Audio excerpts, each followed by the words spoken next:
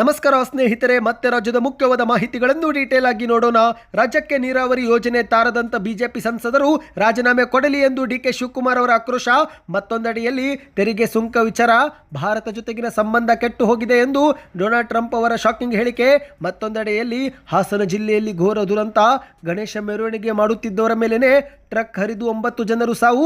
ರಾಜ್ಯ ಸರ್ಕಾರದಿಂದ 5 ಲಕ್ಷ ಪರಿಹಾರ ಘೋಷಣೆ. ಪ್ರಧಾನಿ ಮೋದಿಯವರು ಕೂಡ 2 ಲಕ್ಷ ಕೊಡುವ ಭರವಸೆ. ಎಲ್ಲ ಸುದ್ದಿ ನೋಡೋಣ ಸ್ನೇಹಿತರೆ. ಇನ್ನು ಕಾಂಗ್ರೆಸ್ ಸರ್ಕಾರದ 2 ಗ್ಯಾರಂಟಿಗಳ ಬಗ್ಗೆ ಮುಖ್ಯವಾದ ಮಾಹಿತಿ. ಯುವ ನಿಧಿ ಮತ್ತು ಗೃಹಲಕ್ಷ್ಮಿ ಯೋಜನೆ ಫಲಾನುಭವಿಗಳಿಗೆ ಗುಡ್ ನ್ಯೂಸ್ ಕೊಟ್ಟ ಸರ್ಕಾರ. ಕಾಂಗ್ರೆಸ್ ಪಕ್ಷ ಸದಾ ಬಡವರ ಬಗ್ಗೆ ಚಿಂತೆ ಮಾಡುವ ಪಕ್ಷ ಎಂದು ಸಚಿವ ಲಕ್ಷ್ಮಿ ಹೆಬ್ಬಾಳ್ಕರ್ ಅವರ ಹೇಳಿಕೆ. ಎಲ್ಲ ಮಾಹಿತಿಗಳನ್ನು ಡೀಟೇಲ್ ಆಗಿ ನೋಡೋಣ.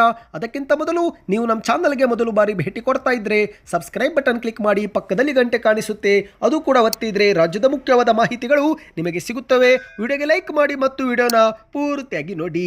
ಬನ್ನಿ ಸ್ನೇಹಿತರೆ, ಒಂದೊಂದಾಗಿ ಎಲ್ಲ ಮುಖ್ಯವಾದ ಮಾಹಿತಿಗಳನ್ನು ಡೀಟೇಲ್ ಆಗಿ ನೋಡೋಣ. ಇದೀಗ ರಾಜ್ಯದ ಬಿಜೆಪಿ ಸಂಸದರ ವಿರುದ್ಧ ಉಪಮುಖ್ಯಮಂತ್ರಿ ಡಿಕೆ ಶಿವಕುಮಾರ್ ಅವರು ಆಕ್ರೋಶ ವ್ಯಕ್ತಪಡಿಸಿದ್ದಾರೆ.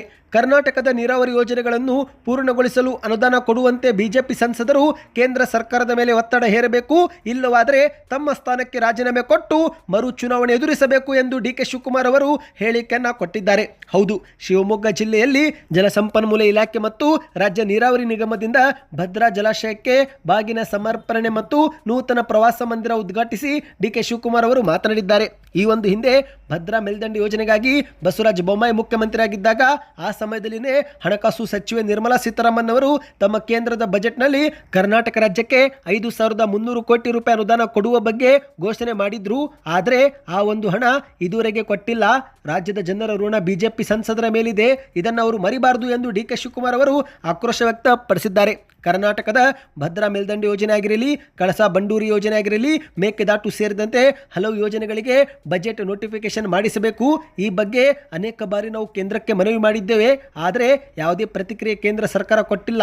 ಆದ್ದರಿಂದ ಬಿಜೆಪಿ ಸಂಸದರಿಗೆ ರೈತರು ಮತ್ತು ಜನರು ಒತ್ತಡ ಹಾಕಬೇಕು, ಅನುದಾನ ತರುವಂತೆ ಆಗ್ರಹಿಸಬೇಕು ಎಂದು ಡಿಕೆ ಶಿವಕುಮಾರ್ ಅವರು ಹೇಳಿಕೆಯನ್ನು ಕೊಟ್ಟಿದ್ದಾರೆ. ಕಾಂಗ್ರೆಸ್ ಸರ್ಕಾರ ಜಾರಿಗೆ ತಂದಿರುವ ಪಂಚ ಗ್ಯಾರಂಟಿ ಯೋಜನೆಗಳು ಎಷ್ಟೋ ಬಡ ಜನರ ಬದುಕಿಗೆ ಆಸರೆಯಾಗಿದೆ.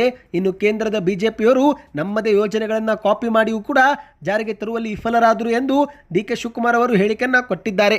ಕಾಂಗ್ರೆಸ್ ಅಧಿಕಾರಕ್ಕೆ ಬಂದಾಗೆಲ್ಲ ಬರಗಾಲ ಬರುತ್ತೆ ಎಂದು ಹೇಳಲಾಗುತ್ತಿತ್ತು, ಆದರೆ ಈ ರೀತಿ ಟೀಕೆ ಮಾಡುತ್ತಿರುವವರಿಗೆ ಈಗ ಅರಿವಾಗಿದೆ. ಇಲ್ಲಿ ಕೆಲಸಗಳು ಉಳಿಯುತ್ತವೆ, ಟೀಕೆಗಳು ಸಾಯುತ್ತವೆ ಎಂದು ಡಿಕೆ ಶಿವಕುಮಾರ್ ಅವರು ಹೇಳಿದ್ದಾರೆ. ಇಂದು ರಾಜ್ಯಕ್ಕೆ ಅನುದಾನ ತರುವ ಕುರಿತಂತೆ ಬಿಜೆಪಿ ಸಂಸದರು ಒಂದೇ ಒಂದು ದಿನವೂ ಪ್ರಧಾನಿ ಮೋದಿಯವರನ್ನು ಅಥವಾ ಕೇಂದ್ರದ ಜಲಶಕ್ತಿ ಸಚಿವರನ್ನು ಭೇಟಿನೇ ಮಾಡಿಲ್ಲ. ಇನ್ನು ಸಚಿವರಾದಂಥ ಪ್ರಹ್ಲಾದ್ ಜೋಶಿ ಮತ್ತು ಸೋಮಣ್ಣವರು ನಾವು ಮಾತನಾಡಿದ್ದೇವೆ ಎಂದು ಹೇಳುತ್ತಾರೆ. ಅವರನ್ನು ಬಿಟ್ಟರೆ ಮಿಕ್ಕವರದ್ದು ಬರೀ ಬುಟ್ಟಿ ಬೇವಿನ ಸೊಪ್ಪು ಎಂದು ವಾಗ್ದಾಳಿಯನ್ನ ಮಾಡಿದ್ದಾರೆ. ನಾವೇನು ಇಲ್ಲಿ ಭಿಕ್ಷೆ ಬೇಡುತ್ತಿಲ್ಲ, ಕೊಡಿ ಕೊಡಿ ಎಂದು ಕೊರಗುತ್ತಿಲ್ಲ, ನಮ್ಮ ಹಕ್ಕಿನ ಬಗ್ಗೆ ನಾವು ಮಾತನಾಡುತ್ತಿದ್ದೇವೆ ಎಂದು ಡಿಕೆ ಶಿವಕುಮಾರ್ ಅವರು ಕಿಡಿಕಾರಿದ್ದಾರೆ. ಇದೀಗ ಎರಡನೇ ಮುಖ್ಯವಾದ ಮಾಹಿತಿಗೆ ಹೋಗೋಣ ಸ್ನೇಹಿತರೆ.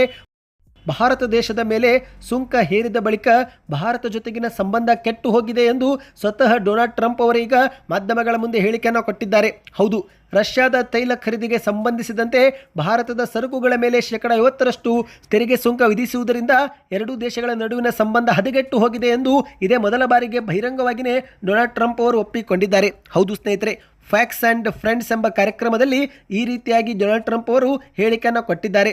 ಭಾರತಕ್ಕೆ ಹೆಚ್ಚುವರಿ ಸುಂಕಗಳನ್ನು ಹೇರಿದ್ದು ಆ ರಾಷ್ಟ್ರದ ಜೊತೆಗಿನ ಅಮೆರಿಕದ ಸಂಬಂಧಗಳ ಮೇಲೆ ದೊಡ್ಡ ಪರಿಣಾಮ ಬೀರಿದೆ. ಉಕ್ರೇನ್ ಮೇಲಿನ ರಷ್ಯಾದ ಆಕ್ರಮಣ ತಡೆಗಟ್ಟುವ ಸದುದ್ದೇಶದಿಂದ ಈ ನಿರ್ಧಾರ ನಾವು ತೆಗೆದುಕೊಳ್ಳಬೇಕಾಯಿತು ಎಂದು ಡೊನಾಲ್ಡ್ ಟ್ರಂಪ್ ಅವರು ಹೇಳಿಕೆಯನ್ನು ಕೊಟ್ಟಿದ್ದಾರೆ.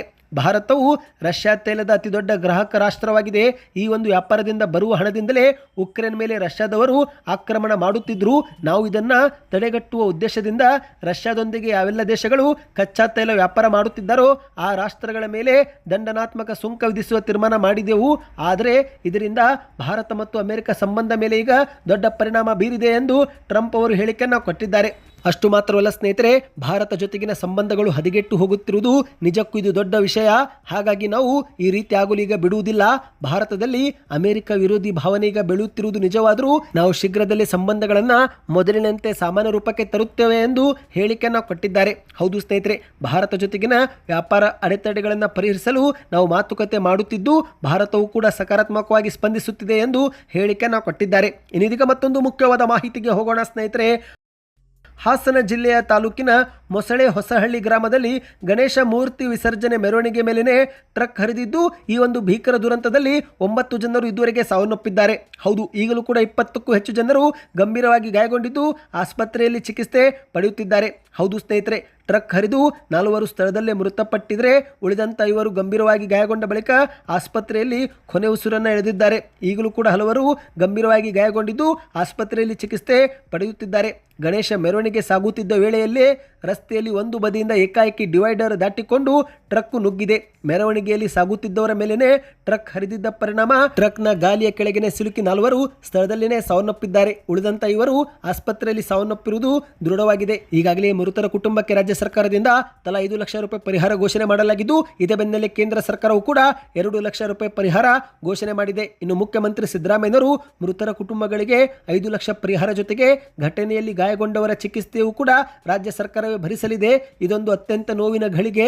ಅಪಘಾತ ಸಂತ್ರಸ್ತ ಕುಟುಂಬಗಳ ಜೊತೆಗೆ ನಾವೆಲ್ಲರೂ ನಿಲ್ಲೋಣ ಎಂದು ಮುಖ್ಯಮಂತ್ರಿಯವರು ಕರೆ ಕೊಟ್ಟಿದ್ದಾರೆ. ಇನ್ನು ಇದೇ ನಡುವೆ ಸ್ನೇಹಿತರೆ, ಒಂದು ಶಾಕಿಂಗ್ ಸುದ್ದಿಯೂ ಕೂಡ ಬಂದಿದೆ. ಅದೇನೆಂದರೆ, ಅಪಘಾತಕ್ಕೊಳಗಾದರೆ ಸರ್ಕಾರ ಹೇಗೆ ಹೊಣೆಯಾಗುತ್ತೆ ಎಂದು ಸಿಎಂ ಅವರು ಈ ಒಂದು ಹಾಸನದಲ್ಲಿ ನಡೆದಂತ ಟ್ರಕ್ ಅಪಘಾತದ ಬಗ್ಗೆ ಪ್ರತಿಕ್ರಿಯೆಯನ್ನ ಕೊಟ್ಟಿದ್ದಾರೆ. ಡ್ರೈವರಿನಿಂದ ಆಗುವಂತಹ ತಪ್ಪಿಗೆ ರಾಜ್ಯ ಸರ್ಕಾರ ಹೇಗೆ ಹೊಣೆಯಾಗುತ್ತೆ ಎಂದು ಪ್ರಶ್ನೆಯನ್ನ ಮಾಡಿದ್ದಾರೆ. ಅಪಘಾತಗಳನ್ನು ತಡೆಯಬೇಕು ಎಂಬ ಬಗ್ಗೆ ನಾವು ಕೂಡ ರಸ್ತೆ ಸುರಕ್ಷತಾ ಕ್ರಮವನ್ನು ಮಾಡುತ್ತಿದ್ದೇವೆ. ಹಾಗಿದ್ರೂ ಡ್ರೈವರ್ಗಳು ಮಾಡುವಂತಹ ತಪ್ಪಿನಿಂದ ಅಪಘಾತಗಳು ಸಂಭವಿಸಿದರೆ ಆಗ ಅದಕ್ಕೆ ಸರ್ಕಾರ ಹೇಗೆ ಹೊಣೆಯಾಗುತ್ತೆ ಎಂದು ಮುಖ್ಯಮಂತ್ರಿಯವರು ಪ್ರಶ್ನೆಯನ್ನ ಮಾಡಿದ್ದಾರೆ. ಈಗ ನಾವು ಮೃತಪಟ್ಟ ಕುಟುಂಬಕ್ಕೆ 5 ಲಕ್ಷ ಪರಿಹಾರ ಕೊಡುತ್ತಿದ್ದೇವೆ. ಇದು ಆರ್ಥಿಕವಾಗಿ ಕುಟುಂಬಸ್ಥರಿಗೆ ನೆರವಾಗಲಿ ಎಂದು ಅಷ್ಟೇ, ಆದರೆ ಮೃತರಿಗೆ ಇದು ಸಮವಲ್ಲ ಎಂದು ಮುಖ್ಯಮಂತ್ರಿಯವರು ಅಸಮಾಧಾನದ ಮಾತುಗಳನ್ನಾಡಿದ್ದಾರೆ. ರಸ್ತೆ ಸುರಕ್ಷತೆ ಬಗ್ಗೆ ನಾವು ಕೂಡ ಕ್ರಮ ತೆಗೆದುಕೊಳ್ಳುತ್ತಿದ್ದೇವೆ. ಹಾಗಿದ್ರೂ ಡ್ರೈವರ್ಗಳು ಮಾಡುವ ತಪ್ಪಿಗೆ ನಾವು ಹೊಣೆ ಆಗೋದಿಲ್ಲ, ಸರ್ಕಾರ ಹೇಗೆ ಹೊಣೆ ಆಗುತ್ತೆ ಎಂದು ಪ್ರಶ್ನೆಯನ್ನ ಮಾಡಿದ್ದಾರೆ. ಸ್ನೇಹಿತರೆ, ಇದಕ್ಕೆ ನಿಮ್ಮ ಅನಿಸಿಕೆಯನ್ನು ನೀವು ಕಮೆಂಟ್ ಮಾಡಿ. ಇನ್ನಿದೀಗ ಮತ್ತೊಂದು ಮುಖ್ಯವಾದ ಮಾಹಿತಿಗೆ ಹೋಗೋಣ.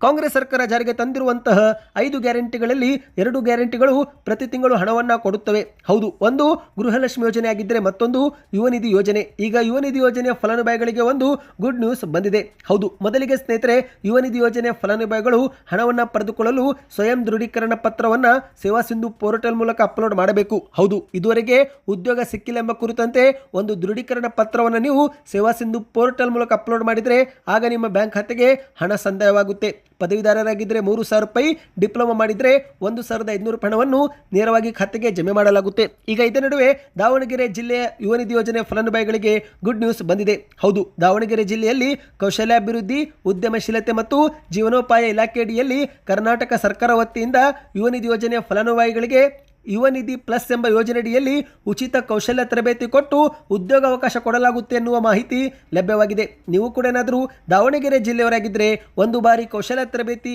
ಇಲಾಖೆಗೆ ಭೇಟಿ ಕೊಟ್ಟು ಮಾಹಿತಿಯನ್ನು ಪಡೆದುಕೊಳ್ಳಬಹುದು. ಇನ್ನೀಗ ಗೃಹಲಕ್ಷ್ಮಿ ಯೋಜನೆ ಕುರಿತಂತೆ ಮಾಹಿತಿಯೂ ಕೂಡ ಬಂದಿದೆ.